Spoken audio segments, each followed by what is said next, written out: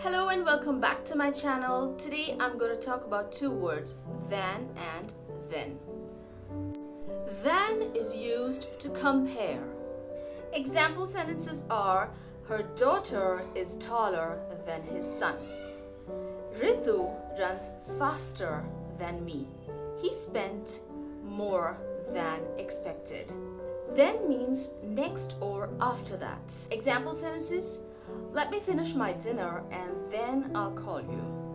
First, you'll complete all the formalities and then you can leave. Study the complete chapter and then take a break. There's one more meaning to then. The meaning is at that time. The time could be in the past or in the future. The example sentences are: she was then an air hostess. That means in the past. Second example: soon the restaurant will close and we will have to leave. It's future. That's all for this video today. I hope you will not be confused with than and then. We'll see you around in my next video. Bye-bye.